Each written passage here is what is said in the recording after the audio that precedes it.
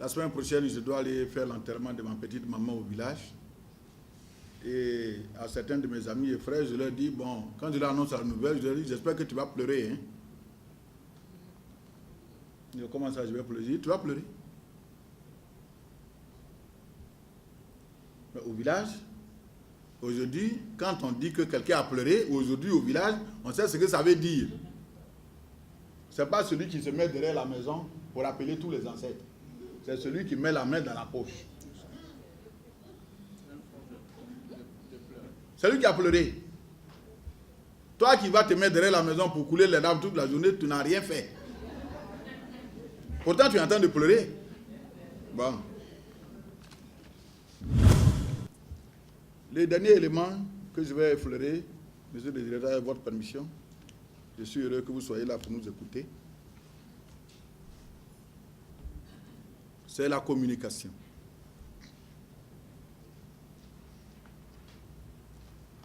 Et nous allons terminer par un petit exercice que nous allons faire ensemble. Parce que souvent dans les familles, nous avons des problèmes à cause de mauvaises communications. Parce que Jeannette a dit quelque chose à Suzanne, Suzanne est venue rapporter ça à Élise, Élise va rapporter ça à Angéline, ça va à Thérèse, mais le temps que ça arrive à Joséphine, généralement l'histoire est complètement déformée, elle a même disparu. Elle peut même disparaître pour laisser une autre histoire apparaître. C'est-à-dire la première histoire n'a rien à voir avec l'histoire maintenant qu'on va raconter. Mais cette histoire qui est toute nouvelle, on la prend à bras le corps. Et elle peut être à l'origine de bagarres. Pourtant, c'est une histoire qui n'a rien à voir avec la première histoire. Ça aussi, monsieur le directeur, quand on ne connaît pas ces choses-là, on s'échauffe pour rien. Il y a des choses qu'on nous raconte, on s'échauffe, alors que ça ne vaut pas la peine. Mais on s'échauffe parce qu'on ne cherche pas à connaître la source véritable de l'information. Et l'information des origines, on ne cherche pas à la connaître.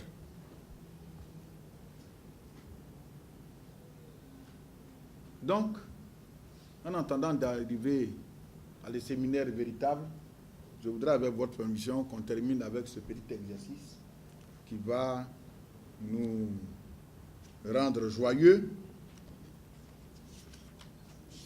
Alors, c'est un exercice qui va se dérouler, madame, de la façon suivante. On va choisir 13 personnes. 13 personnes qui vont sortir, qui vont aller se mettre quelque part. Le reste, on va rester à l'intérieur ici. Et il y a une histoire que nous allons, le texte est là, nous allons lire ça. Nous allons même la mémoriser, nous qui sommes ici. Et on va la raconter petit à petit à celles qui sont dehors et auxquelles nous allons demander de rentrer. Une à une. Cet exercice va nous conduire 1 heure de temps, on aura fini. Ça va nous permettre de nous faire une idée exacte, parce qu'on aura vécu au moins de ce qu'on appelle les déperditions de la communication. Nous allons vivre ça en direct. Voilà, je commence par les volontaires. 1, 2, 3, 4, 5, 6, 7, 8, 9, 10, 11, 12, 13, c'est bon. Allez, allez-y. Allez-y. Alors veux-tu voir mon pays qui sourit? Côte d'Ivoire, en Côte d'Ivoire, chez nous c'est la paix, c'est là. Viens voir, venez voir, en Côte d'Ivoire c'est la paix, c'est là. Moi j'ai vu, tu l'as vu, ils ont vu, que c'est la paix, c'est là. Venez voir, le pays c'est là. Nous avons choisi de de parler désormais le langage du pays, c'est non pour que tous les problèmes du pays enfin se résolvent. Nous ferons toujours résonner le tambour de l'amour pour que nos vieux démons passent à jamais demi-tour. On y va! Peace and love sur la Côte d'Ivoire. Peace and love, we will. Donc nous on regarde, nous avons les papiers, on regarde pour voir si elle ne s'est pas trompée. Bon, le test nous dit que je suis Théopopo Laurentine de la société NIGT. Je suis transitaire. Dans le test, on nous parle d'une femme qui a trompé son mari. Son mari, son métier ne lui donne pas du temps. Il est allé au travail et la dame a profité du temps d'absence pour aller chez son amant. Elle a passé la nuit chez son amant. À son retour le matin, il y a un pont qu'elle devait traverser avant de rejoindre son foyer. Et il y a un fou qui se trouvait là. Le fou lui a refusé le passage. Et après, elle s'est dirigée vers un autre monsieur. Et le monsieur lui a demandé de donner de l'argent pour qu'elle puisse l'aider à traverser, à passer. Elle n'avait pas d'argent. Elle a demandé pardon au monsieur pour lui dire « Laisse-moi, il faut me faire traverser ». Il dit « Non, sans argent, je ne peux pas te faire traverser ». Et elle a demandé l'argent à plusieurs personnes, elle a supplié les gens, on lui a refusé. Et elle est retournée chez son amant pour lui demander l'argent. L'amant en question aussi a refusé. Et finalement, le fou l'a tué. Zéro. Zéro. Regardez encore. Bon, le test nous parle d'une dame qui est allée tromper son mari à son absence. Son mari, étant trop pris par son travail, n'étant toujours pas à la maison, madame s'est sentie délaissée et elle est allée voir ailleurs. Sur son chemin, il est question de traverser un pont. Le chemin qu'elle devait emprunter, qui n'est pas payant, il s'avère qu'il y a un fou qui menace de la tuer. Obligée, madame se retourne, emprunter un autre chemin. Ce chemin-là, il s'avère que ce chemin est payant. Il faut traverser. Pourquoi? Voilà. Elle doit payer pour pouvoir la traverser. Madame n'ayant rien supplie le monsieur qui doit la faire traverser. Monsieur refuse. Elle insiste, il refuse. Qu'est-ce qu'elle fait? Elle retourne chez son amant. Est-ce que je peux avoir un peu d'argent pour pouvoir payer la traversée? Monsieur, sans chercher à comprendre, il refuse. Elle revient et elle se rend compte que dans le même coin, il y a un monsieur qui était amoureux d'elle, elle va le voir. Mon frère, voilà la situation que je traverse. Voilà la situation que je traverse malheureusement. Mon mari doit revenir maintenant. Il faut que je rentre à la maison avant son arrivée. Mais je n'ai rien. Voilà la situation. Et le monsieur, très déçu de cette dame qu'il admirait, il lui refuse cet argent. Il lui refuse de lui donner cet argent. Malheureuse, ne sachant que faire, va emprunter ce chemin où le fou lui fait barrière. Et le fou la tue, malheureusement. Merci ma fille. Applaudissements.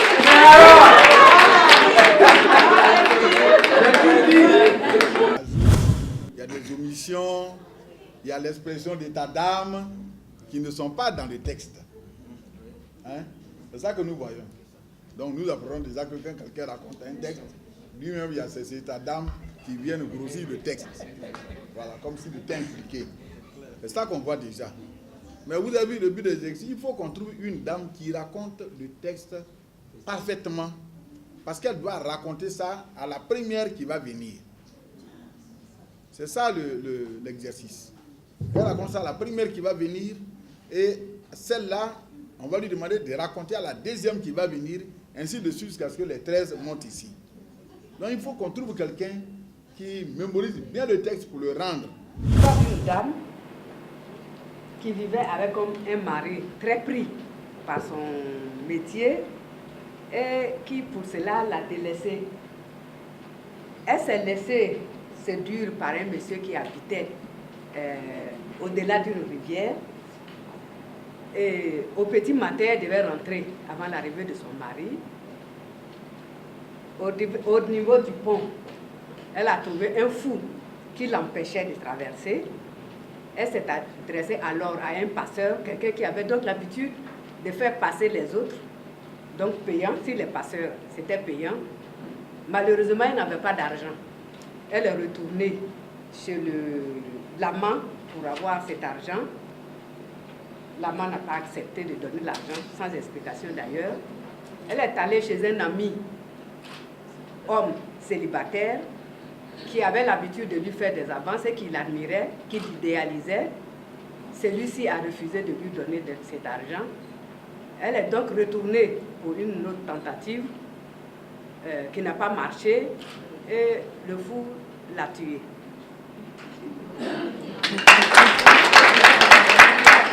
L'histoire ne doit pas oublier que le monsieur, parce qu'il était très pris, il ne s'occupait pas de sa femme. Et donc, de l'autre côté de la rivière, il y a quelqu'un là-bas qui est son amant, qui ne veut pas lui donner l'argent. Elle a essayé de revenir, le fou ne veut pas, le passeur ne veut pas lui donner l'argent, ne veut pas la faire passer tant qu'elle n'a pas donné l'argent. Donc elle est obligée de repartir, demander.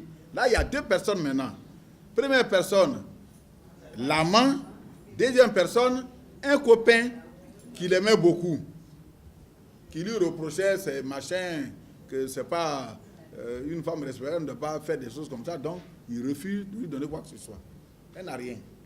Mais il faut qu'elle rejoigne son domicile. Donc, elle fonce tête baissée. C'est moi qui ajoute tête baissée, hein, ce n'est pas dans le texte. Elle essaie une dernière tentative et là, le fou la tue. Voilà.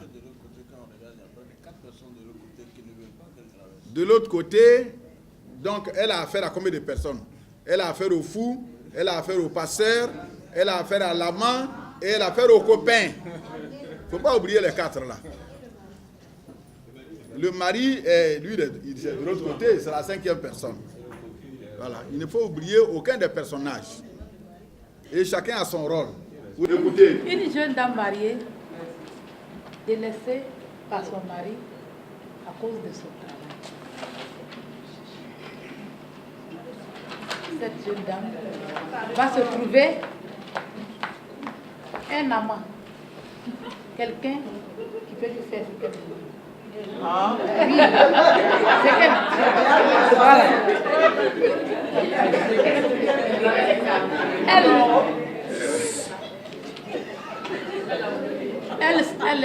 Où elle s'est rendue chez son amant, c'est de l'autre côté de la rivière, d'une rivière. Dès qu'elle a fini avec son amant, elle doit obligatoirement retourner et rejoindre son mari avant son arrivée du voyage. Alors, il y a un passeur à la rivière au petit matin quand elle devait venir, quand elle devait rejoindre son mari. Un passeur qui est là, qui a l'habitude de faire passer les gens, elle s'approche du passeur, le passeur refuse de la faire traverser sans argent. Elle demande pardon, le passeur refuse. Elle revient donc voir son amant sans explication. Son amant refuse de lui donner cet argent. Alors, elle revient voir un autre qui l'avait aimé, mais qui n'a pas eu succès.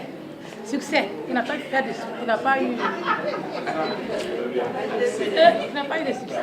Ce dernier Ce dernier la refoule parce qu'il en avait au cœur.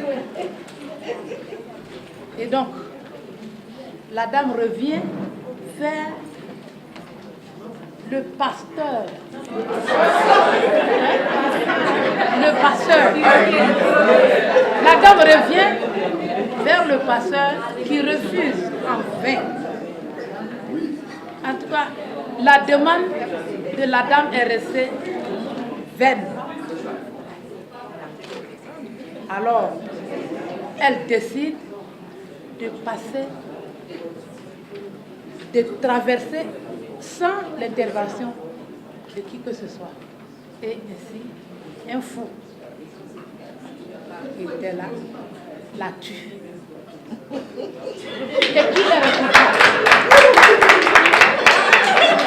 Qui est responsable de la mort de la petite? Le texte soumis à notre étude est intitulé « Qui est responsable ?» Il s'agit d'une femme mariée dont le mari était pris par ses activités et qui s'est laissé séduire par un amant qui se trouvait de l'autre côté de la rivière. Et elle a passé une nuit auprès de lui. Elle devait rentrer avant le retour de son mari. Et il se trouve qu'elle a traversé un pont. Et sur ce pont, elle a trouvé un fou qui menaçait de la tuer. Et donc, prise de peur, elle a rebroussé chemin et est allée voir un passeur commis à cet effet. Elle n'avait pas de l'argent, donc ce dernier a refusé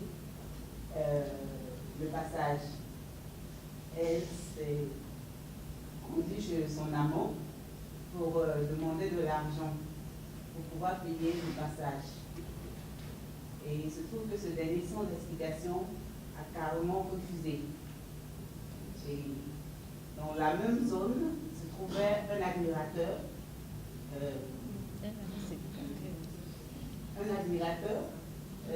Dans lequel elle s'est rapprochée pour avoir de l'argent pour payer le passage.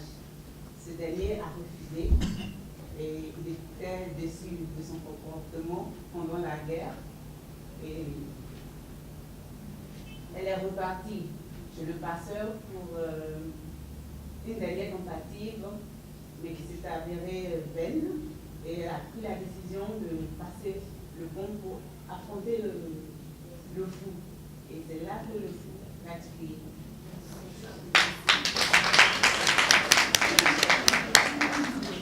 Madame la directrice, la présidente, qu'est-ce que vous en pensez? Ça va. Ça va, hein? On peut y aller. Hein? Il y a l'essentiel, hein?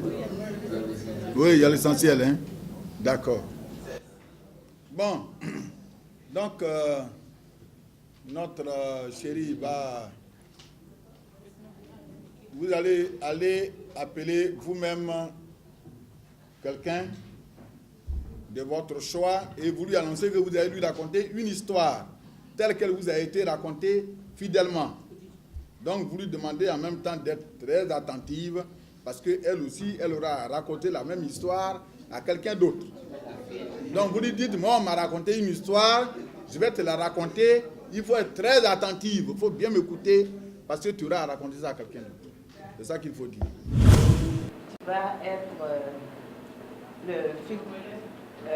la messagère pour raconter à une seconde personne. Il faut être attentive. Il faut être attentive. Il faut bien m'écouter. Il faut bien écouter. Et qui s'est laissé séduire par un amant qui habitait de l'autre côté de la rivière. Donc, elle est allée passer la nuit auprès de ce dernier et il s'agissait le lendemain de regagner son foyer. Mais il se trouve qu'elle devait traverser le pont sur lequel se trouvait un fou qui menaçait de la tuer. Donc, elle a rebroussé chemin pour aller voir le passeur pour l'aider à faire la traversée. Mais comme elle n'avait pas de l'argent, ce dernier a refusé d'accepter sa proposition.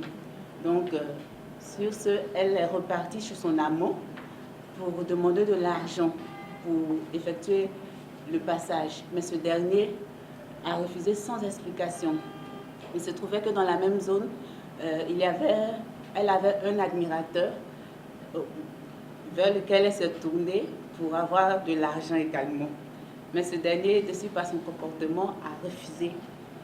Et elle est repartie une seconde fois auprès du passeur pour plaider sa cause.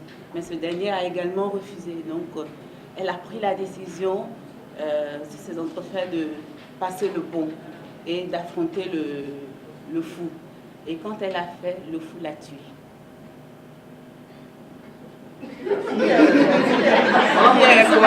Voilà mon histoire. Il va donc appeler une de tes amies. Vous allez jusqu'ici. C'est ici que tu lui racontes l'histoire. Comment raconter? Sois attentive. L'intitulé du message, c'est qui est responsable? Il s'agit d'une dame.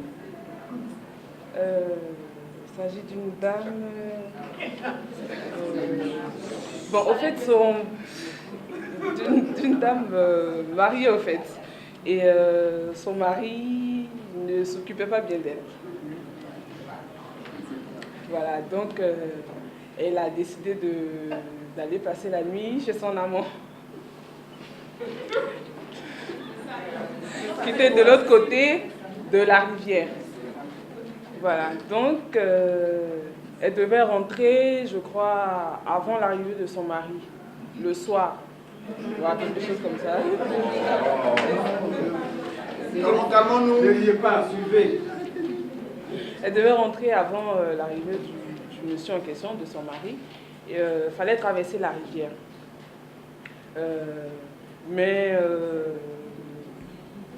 Comment dirais-je? Il y avait un fou sur la rivière, sur le pont. Il y avait un fou sur le pont. Donc, elle avait peur. Elle est allée voir un monsieur pour l'aider à traverser le pont. Et comme elle n'avait pas d'argent, le monsieur a refusé. Et elle est retournée voir... non, avant d'aller voir son amant, elle allait voir le monsieur a refusé. Et comme elle est retournée dans le secteur, il y avait un admirateur. Elle allait voir le monsieur. Il a également refusé de l'accompagner ou de lui donner de l'argent. Et il est retourné voir l'amant. L'amant a refusé. Donc, elle a pris la responsabilité de traverser la rivière. Donc, quand elle est partie, le fou l'a tuée. Merci beaucoup. Vous arrêtez à vous appeler une autre. Dans un village, il y avait un couple qui devait traverser une rivière.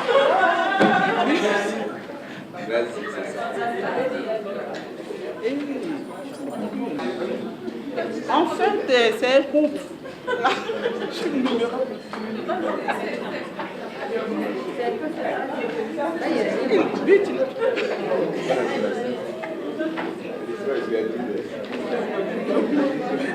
Il est question de traverser une rivière et je crois bien que c'est la femme qui s'est retrouvée sur l'autre rive. On souhaiterait savoir qui est responsable de l'affaire parce que la femme avait l'intention de tromper son amant. Donc on voudrait savoir qui est responsable.